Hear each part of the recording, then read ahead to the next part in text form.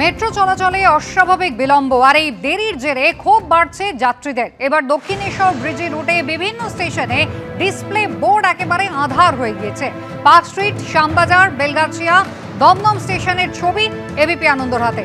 দেখুন, display board একেবারে অন্ধকার, শুধু সময়টুকু দেখা যাচ্ছে, কিন্তু কোন গাড়ি, কোন স্টেশন, কতটা দূরত্ব কিছুই কিন্তু স্পষ্ট নয়। অরিত্রিক ভট্টাচার্য রয়েছেন আমাদের সঙ্গে। অরিত্রিক, একে তো যাতায়াতে বিভিন্ন রকমের বিঘ্ন ঘটছে, তার পাশাপাশি এবার ডিসপ্লে বোর্ড সেটাও আঁধার হয়ে গেল।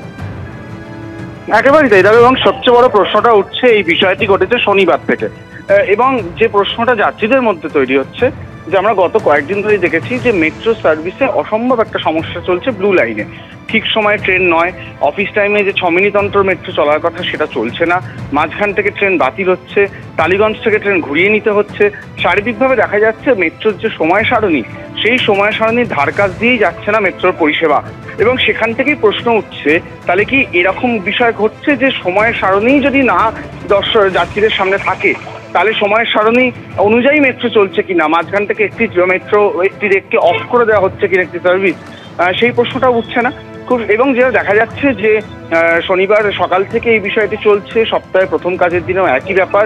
সকালবেলাও আজকে দেখা গেছে দমদম থেকে দক্ষিণেশ্বরের মধ্যে মেট্রো যাতায়াতের একটা সমস্যা হয়েছে, কিন্তু মেট্রোর প্ল্যাটফর্মে এসেও কখন পরবর্তী ট্রেন সেই তথ্য পর্যন্ত এখন আর জানতে পারছেন না যাত্রীরা। বা সচরাচর যেটা দেখা যায় যে মেট্রোর যে বিভিন্ন গেট হয় এক একটি স্টেশনে, সেই গেটের মুখে একটি করে ডিসপ্লে বোর্ড থাকে, টিকিটিং এরিয়াতে ডিসপ্লে বোর্ড থাকে, এবং শেষ পর্যন্ত প্ল্যাটফর্মে একাধিক ডিসপ্লে বোর্ড থাকে, যেখান থেকে মানুষ বুঝতে পারেন তার মেট্রোর টাইমটা কতক্ষণ পর। কিন্তু যেটা দেখা যাচ্ছিল যে কোনো মেট্রোর টাইমই কিন্তু মিলছিল না। যে সময় মেট্রো তার 4-5 মিনিট পরে আসছে, কখনো তার থেকেও বেশি, মাঝের একটি ট্রেনই চলে যাচ্ছে, সেটাকে দেখতেই পাওয়া যাচ্ছে না প্ল্যাটফর্মে। এই ধরনের বিষয়গুলো ঘটছিল। এবার সেই সমস্যা যাতে সাধারণ মানুষ আর টের না পান, তার জন্য মেট্রোর ডিসপ্লে বোর্ডটাকেই অফ করে দেওয়া হয়েছে, এমনটাই অভিযোগ। অর্থাৎ এবার একটা নতুন সমস্যার মুখে পড়তে হচ্ছে মেট্রো যাত্রীদের। অরিত্রিক, ধন্যবাদ।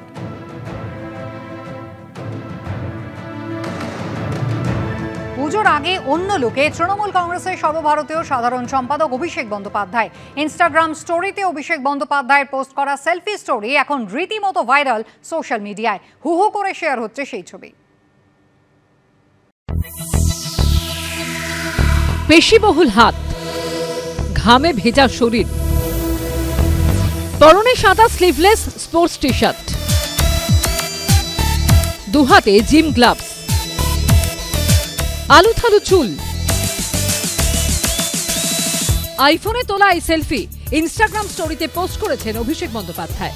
পুজোর আগে ডায়মন্ড হারবারের সাংসদ, তৃণমূল কংগ্রেসের সর্বভারতীয় সাধারণ সম্পাদকের নয়া লুক এখন সোশ্যাল মিডিয়ায় রীতিমতো ট্রেন্ডিং। ফেসবুক থেকে ইনস্টাগ্রামে ঝড়ের গতিতে শেয়ার হচ্ছে সেই ছবি। তৃণমূল কর্মী সমর্থকদের পাশাপাশি ছবি শেয়ার করছেন জেন জির অনেকেই। Abhishek Bandyopadhyay new age politician, রাজনীতিতে সময় দেওয়ার পরেও, 24 ঘন্টার ব্যস্ততার পরেও একজন মানুষ তার পরিবার পরিজন সামলেও নিজেকে ফিট রাখা যায়, নিজের শরীরের খেয়াল রাখা যায়। টিপিক্যাল একটা চিত্র আমরা ভাবতাম যে একটা জহর কোট পরে থাকবে, একটা সাদা ধুতি, সাদা পাঞ্জাবি হবে, মাথায় একটু কাঁচা পাকা চুল হবে, সেই দিন কিন্তু আজকে আর নেই। আমি রাজনীতিবিদ, তাই আমি আমার জিমের ছবি দিতে পারবো না। আমি রাজনীতিবিদ, তাই আমাকে ওই একটা টিপিক্যাল ইমেজের মধ্যেই থাকতে হবে, সেটাকে ভেঙে আমি কোনোদিন বেরোতে পারবো না। এই ট্যাবুটা অভিষেক বন্দ্যোপাধ্যায় ভেঙে দিয়েছেন। 2014 সালে প্রথমবার ডায়মন্ড হারবারের সাংসদ হন অভিষেক বন্দ্যোপাধ্যায়। তখন অবশ্য গোলগাল চেহারা। 11 বছরে রাজনৈতিক দায়িত্ব বেড়েছে বহুগুণ। রাজনীতির মাটি যত শক্ত হয়েছে, পাল্লা দিয়ে ততই বদল ঘটেছে পুরনো চেহারায়। গোলগাল চেহারা বদলে এখন তিনি ছিপছিপে নির্মেদ, সাদা পাঞ্জাবির বদলে ধরা দেন টি শার্টে। সংসদীয় রাজনীতি, দল, পরিবার সব সামলে কিভাবে নিজের চেহারার এই বদল? তিনি যদি নিজেকে ফিটনেসের একটা চূড়ান্ত সীমায় নিয়ে যান, তাহলে তো এটা স্বাভাবিকভাবেই সেটা বাকিদের জন্য একটা অনুকরণীয় বিষয়। অভিষেক বন্দ্যোপাধ্যায় তিনি নিজে স্বাস্থ্য সচেতন একজন নাগরিক হিসেবে যুব সমাজকে সামনে দাঁড়িয়ে নেতৃত্ব দেন। সেই জায়গা থেকে এই ছবি নিশ্চিতভাবে যুব সমাজকে উদ্বুদ্ধ করবে যে স্বাস্থ্য সম্পদ, শরীর সম্পর্কে অবহেলা যেন কোনো মানুষই না করেন। এটা একটা পজিটিভ ভাইব, পজিটিভ বার্তা। অভিষেক বন্দ্যোপাধ্যায়ের ইনস্টা স্টোরি যেমন নজর কেড়েছে, তেমনই সেই ছবি নিয়েও কটাক্ষ শানাতে ছাড়েননি বিরোধীরা। আমি বলি যে দেখুন, পরবর্তী প্রজন্মে চাকরি খেয়ে নিচ্ছেন, তাহলে একবার যদি পরবর্তী প্রজন্মের ছবি হয় তাহলে একবার ওনার উচিত ছিল এসএসসি ভবনের সামনে প্লাস্টিক পেতে রাস্তায় শুয়ে থাকা একটা ছবি তোলা। হ্যাঁ, গোলুমলু থেকে আপনি বেশ অ্যাংরি ইয়াং ম্যান লাগছেন, ভাল লাগছে, খারাপ নয়, কিন্তু বিষয়টা যেটা হচ্ছে, যে বাংলার মানুষের চাকরি খাচ্ছেন, আপনার বিরুদ্ধে গরু চুরির অভিযোগ, কয়লা চুরির অভিযোগ, ওই ছবিটা দেখার পর লোকে বলছে গরু চোরের এত ঠাটমাট কিসের। তৃণমূলের তারকার ছড়াছড়ি, অভিনেতা নেতাদের ছবির সঙ্গে এখন টেক্কা দিচ্ছে তারকা সাংসদের ছবি। অনির্বাণ বিশ্বাসের রিপোর্ট, এবিপি আনন্দ, কলকাতা। 2016 নবম দশমের নিয়োগে দুর্নীতির মামলায় আদালতে চার্জশিট দিয়েছে সিবিআই। কারোর প্রাপ্ত নম্বর প্রায় দ্বিগুণ করে দেওয়া হয়েছে, কাউকে আবার র্যাঙ্ক জাম্প করিয়ে দেওয়া হয়েছে নিয়োগপত্র। প্যানেলের মেয়াদ ফুরিয়ে যাওয়ার পরও কারোর নাম সুপারিশ করা হয়েছে। চার্জশিটে এমন একাধিক চাঞ্চল্যকর দাবি করেছে কেন্দ্রীয় তদন্তকারী সংস্থা। 7 তারিখ নবম দশমের পর এই রবিবার হয়ে গেল এসএসসির একাদশ দ্বাদশের শিক্ষক নিয়োগের পরীক্ষা, প্রায় 9 বছর পর। আর যে দুর্নীতির জন্য হাজার হাজার যোগ্যদের চাকরি গেছে, তাদের আবার যোগ্যতা প্রমাণের পরীক্ষায় বসতে হয়েছে। 2016 নবম দশমে নিয়োগে সেই দুর্নীতির মামলায় আদালতে চার্জশিট দিয়েছে সিবিআই। কারোর প্রাপ্ত নম্বর প্রায় দ্বিগুণ করে দেওয়া হয়েছে, কাউকে আবার র্যাঙ্ক জাম্প করিয়ে দেওয়া হয়েছে নিয়োগপত্র। প্যানেলের মেয়াদ ফুরিয়ে যাওয়ার পরও কারো নাম সুপারিশ করা হয়েছে। চার্জশিটে এমন একাধিক চাঞ্চল্যকর দাবি করেছে সিবিআই, যেমন এসএসসির নবম দশমের এক পরীক্ষার্থী ছায়া মণ্ডল। ওএমআর মূল্যায়নের দায়িত্বে থাকা সংস্থা নাইসার থেকে পাওয়া তথ্য অনুযায়ী তার ওএমআর স্কোর 22। স্কুল সার্ভিস কমিশনের নথিতেও একই তথ্যের উল্লেখ। সিবিআই এর চার্জশিটে দাবি করা হয়েছে, পার্সোনালিটি টেস্ট ছাড়াই ছায়া মণ্ডল নামে ওই চাকরি প্রার্থীর কাছে পৌঁছে গেছিল রেকমেন্ডেশন লেটার। চার্জশিটে আরও দাবি, জিজ্ঞাসাবাদে ছায়া মণ্ডল জানিয়েছেন তার স্বামী সৌমিত্র ঘোষ নামে একজনের কথা জানতে পারেন, যিনি 10.5 লক্ষ টাকার বিনিময়ে স্কুল শিক্ষিকার চাকরি পাইয়ে দিতে পারেন।